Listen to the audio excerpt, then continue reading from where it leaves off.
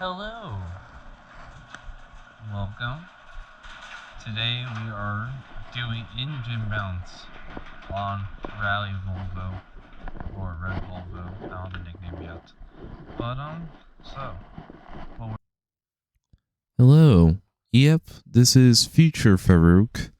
I am here to tell you that the audio quality is pretty piss poor on the GoPro, especially when I had the protective case on. It was really piss poor. So, since this is being my first one, I'm just going to do a voiceover essentially on it. Right now, I'm talking about the engine mount, being how it's straight up, locating pin and whatnot. This is the passenger side one. I don't go in depth because, why would I? It's hard. Unlike the engine mounts we do before. And sporadically through this, I'll go ahead and use the original audio because they do make some valid points, but it is pretty piss poor.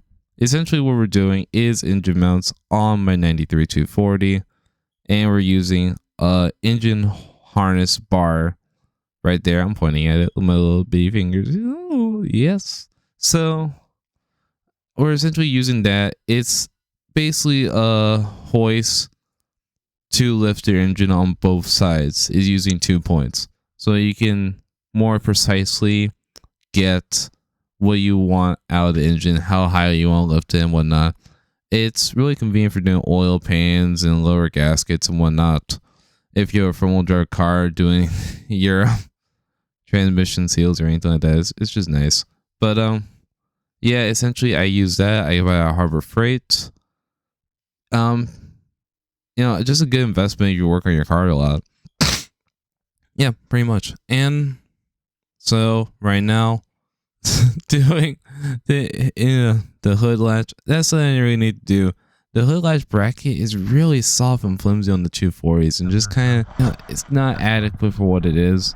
Granted, my hood latch is probably a little bit sticky, but whatever.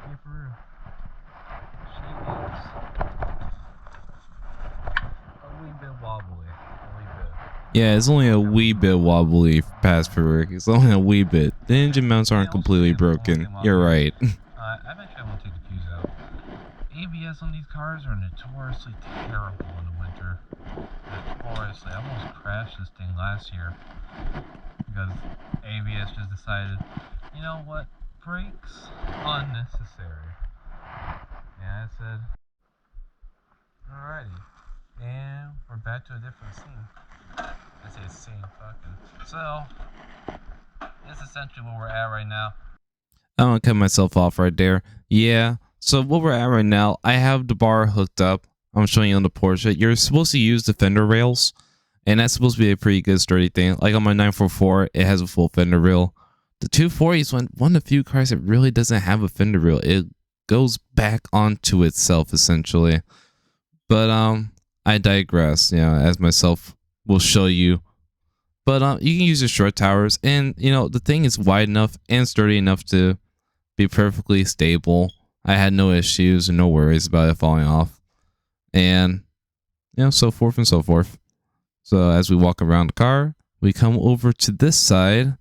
If you can see pretty well with the lighting, I have the chain wrapped around the first two runners on the intake side.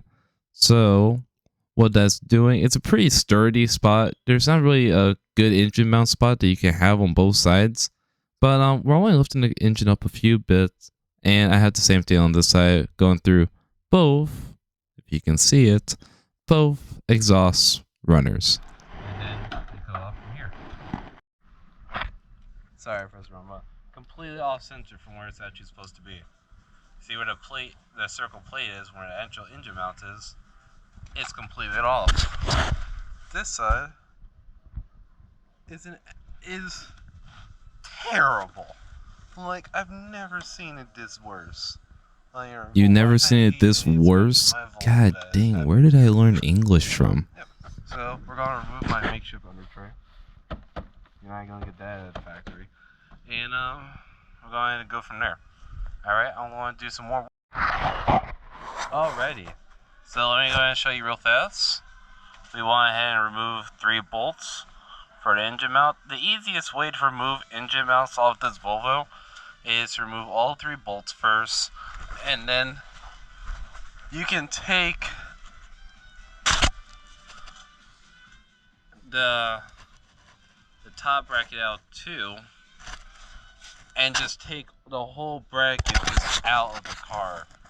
And then the easiest way is to install the bottom bracket back in first, and then install it as a sandwich at that point. Alright. Let me turn off the music. Yeah, you don't want to hear to what I just have to say.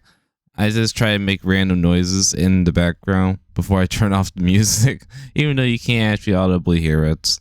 So that's nice. So, let me go ahead and show you what's up. Volvo. So, I know the other one is really hard to get to. A lot of people say you don't use, some weird stuff. All you need is a wobble extension and a 15, and it'll come right out. Second you do, just go ahead and wrench it in. But, yep, getting that out. I'm also showing you now because it's a sale button. You should never do this. It's solely because I waited after the rally to do this. And you see, so we got completely broken mounts. Not anything to worry about. We already knew about it, but it's just kind of terrifying. These Volvos are so brilliant at how they did it. Are these factory ones? Let's see. Probably are.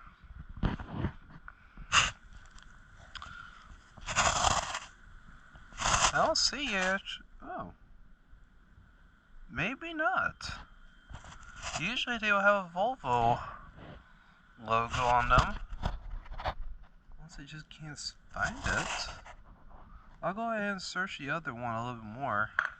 But yeah, they're supposed to have a Volvo logo on them, but maybe these are actually changed. Huh. They didn't last very long if they did. So, they don't look like they've ever been changed. So yeah. We're going to go ahead and continue working on that. I'm going to get those last 3 bolts out of the engine mount, and I'm going to show you what to do from there and how to get your mount out of the engine mount, and then show you how to put. Alrighty, so you got your engine mount out, or parts of it. I mean parts of it. I do definitely mean parts of it. And you're wondering, how do I get them nuts out? How do I get those 2 nuts out? Well, let me just tell you, buckaroo. You go ahead and use your vise. You don't have a vise? I'm so sorry for you. But, they just get creative. But, yep, pretty much. That's how it is. That's how it looks. So I'm going to go ahead and bust these off, and then I'll go ahead and show you them when they're out of the mounts. Most definitely. God dang, man. Hello again. So let me show you what a bad motor mount looks like. So see how I can physically squeeze it and whatnot?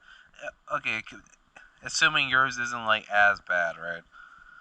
See how I can squeeze it and whatnot? That's the kind of clear signs of an engine mount. Also how not straight that is anymore.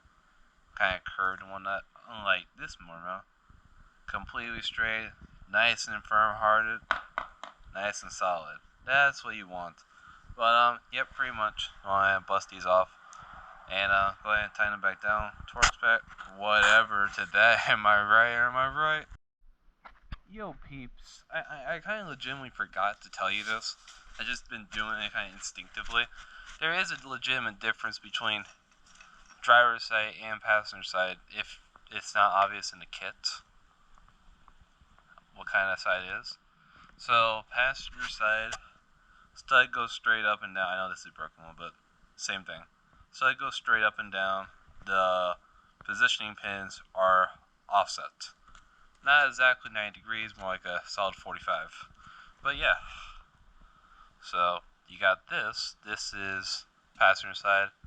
This is driver's side. Driver's side, the pins or studs are offsets. So this is driver's side, that's passenger side. Just to let you know, I kind of forgot to tell you. I'm just so used to it at this point. So, yep. And this is what the driver's side looks like. I'm forgetting what a car is, but yep. So I got this all tied up, and I got the other one tied up, and I want to show you how to install them in a car. So one other thing that I did preemptively, if you're using the bar as I'm doing, or same thing kind of goes to as an engine hoist, kind of just less so, is that you want to raise the engine as high as you can. That's the only way you're going to get this full assembly to slide on in. And that's the absolute easiest way. I've seen people go ahead and try to put the mount together and kind of sandwich it as it's kind of in the car in pieces, and I just never understood it. If you just lift the engine up higher, there's plenty of room in the 240 for it to actually work.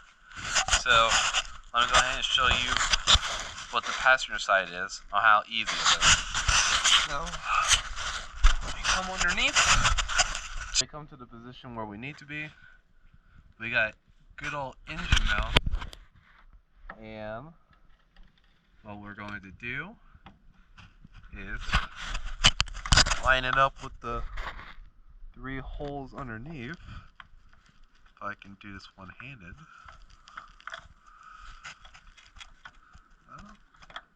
Can you? Can you really? There you go. Got the 3, so I'm so proud of you. All 3 are in here. Push up, and you can see. You can't see. You can see where the bolt hole is. Natural hole in the block. When you lower the engine down a little bit, it's going to fall.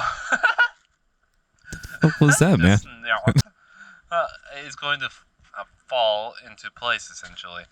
Now you're going to have to kind of just do it slowly but surely. But I mean, like, yep. Essentially, that's the easiest way to get in there. I don't know how everyone else does it some other weird way. Dude, I can't speak English. Okay, also, if you have help, that'd be way easier because one person would be down doing this, but, you know, I'm lonely. And go from there. Alright, I suck at filming. So, it's all done. Yeah, I know. I kind of really suck at it. But, it was essentially just what I said it was. If you make it all as one clump and just make sure your engine is higher up, you can have the whole thing in there without having to kind of sandwich it and build it up like some other people are doing. It's a lot easier that way, legitimately. On this side, I did have to loosen one of the motor mount bolts, one of the ones that we put on over there. Just loosen it a wee bit, just so I can tilt a little bit. But honestly, if I kind of angled it a little bit better with the bar, it actually probably would have gone in. But yeah, pretty easy, pretty smooth, not bad at all. Nice and solid. So thank you for watching. Thank you for all the little stuff. All right, cool. Well, see you next one. Bye.